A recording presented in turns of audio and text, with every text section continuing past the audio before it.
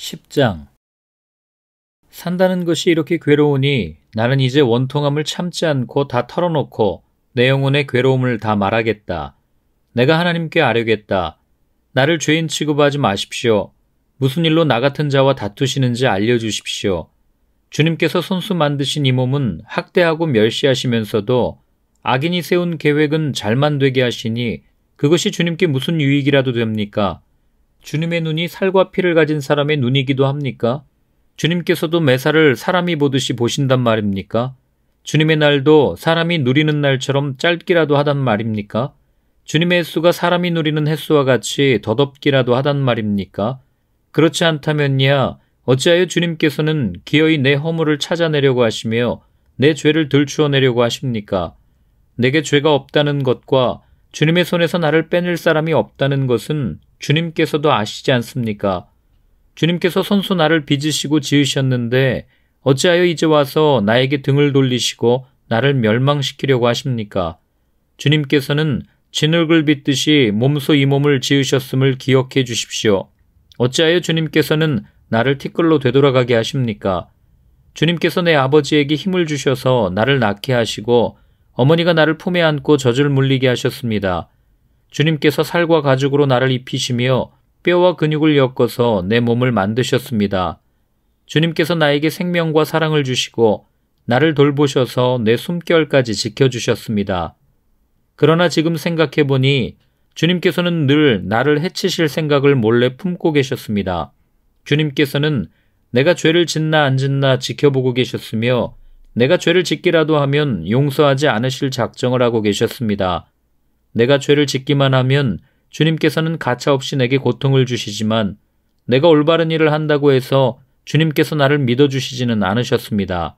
그러니 나는 수치를 가득 덮어쓰고서 고통을 몸으로 겪고 있습니다.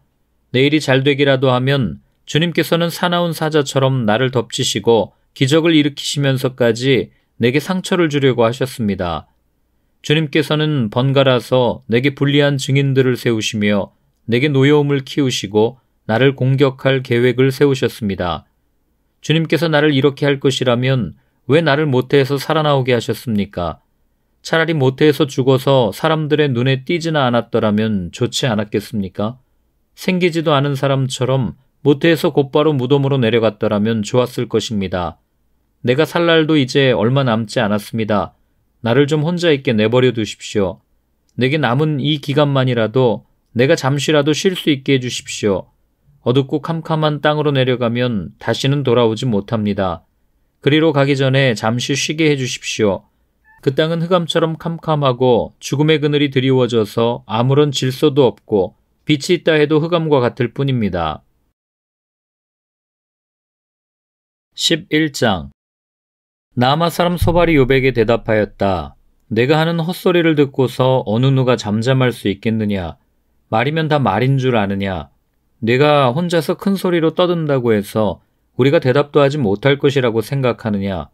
내가 우리를 비웃는데도 너를 책망할 사람이 없을 줄 아느냐? 너는 내 생각이 옳다고 주장하고 주님 보시기에 내가 흠이 없다고 우기지만 이제 하나님이 입을 여셔서 내게 말씀하시고 지혜의 비밀을 내게 드러내어 주시기를 바란다. 지혜란 우리가 이해하기에는 너무나도 어려운 것이다. 너는 하나님이 내게 내리시는 벌이 내 죄보다 가볍다는 것을 알아야 한다. 내가 하나님의 깊은 뜻을 다 알아낼 수 있느냐? 전능하신 분의 무한하심을 다 측량할 수 있느냐? 하늘보다 높으니 내가 어찌 미칠 수 있으며 서울보다 깊으니 내가 어찌 알 수 있겠느냐? 그 길이는 땅끝까지의 길이보다 길고 그 넓이는 바다보다 넓으니 내가 어찌 미칠 수 있으며 서울보다 깊으니 내가 어찌 알 수 있겠느냐? 그 길이는 땅끝까지의 길이보다 길고 그 넓이는 바다보다 넓다. 하나님이 두루 지나다니시며 죄인마다 쇠고랑을 채우고 재판을 여시면 누가 감히 막을 수 있겠느냐? 하나님은 어떤 사람이 잘못하는지를 분명히 아시고 악을 보시면 곧바로 분간하신다. 미련한 사람이 똑똑해지기를 바라느니 차라리 들나귀가 사람 낳기를 기다려라. 네가 마음을 바르게 먹고 네 팔을 그분 쪽으로 들고 기도하며 악에서 손을 떼고 네 집안에 불의가 깃들지 못하게 되면 너도 아무 부끄러움 없이 얼굴을 들 수 있다. 네 마음이 편안해져서 두려움이 없어질 것이다. 괴로운 일을 다 잊게 되고 그것을 마치 지나간 일처럼 회상하게 될 것이다. 네 생활이 한낮보다 더 환해지고 그 어둠은 아침같이 밝아질 것이다. 이제 내게 희망이 생기고 너는 확신마저 가지게 될 것이다. 사방을 둘러보아도 걱정할 것이 없어서 안심하고 자리에 누울 수 있게 될 것이다. 내가 누워서 쉬어도 너를 깨워서 놀라게 할 사람이 없고 많은 사람이 내게 잘 보이려고 할 것이다. 그러나 악한 사람은 눈이 멀어서 도망칠 길마저 찾지 못할 것이다. 그의 희망이라고는 다만 마지막 숨을 잘 거두는 일뿐일 것이다. 12장 욥이 대답하였다. 지혜로운 사람이라곤 너희밖에 없는 것 같구나. 너희가 죽으면 지혜도 너희와 함께 사라질 것 같구나. 그러나 나도 너희만큼은 알고 있다. 내가 너희보다 못할 것이 없다. 너희가 한 말을 모를 사람이 어디에 있겠느냐. 한때는 내 기도에 하나님이 응답하신 적도 있지만 지금 나는 친구들의 웃음거리가 되고 말았다. 의롭고 흠없는 내가 조롱을 받고 있다. 고통을 당해보지 않은 너희가 불행한 내 처지를 비웃고 있다. 너희는 넘어지려는 사람을 떠민다. 강도들은 제 집에서 안일하게 지내고 하나님을 멸시하는 자들도 평안히 산다. 그러므로 그들은 하나님까지 자기 손에 넣었다고 생각한다. 그러나 이제 짐승들에게 물어보아라. 그것들이 가르쳐 줄 것이다. 공중의 새들에게 물어보아라. 그것들이 일러줄 것이다.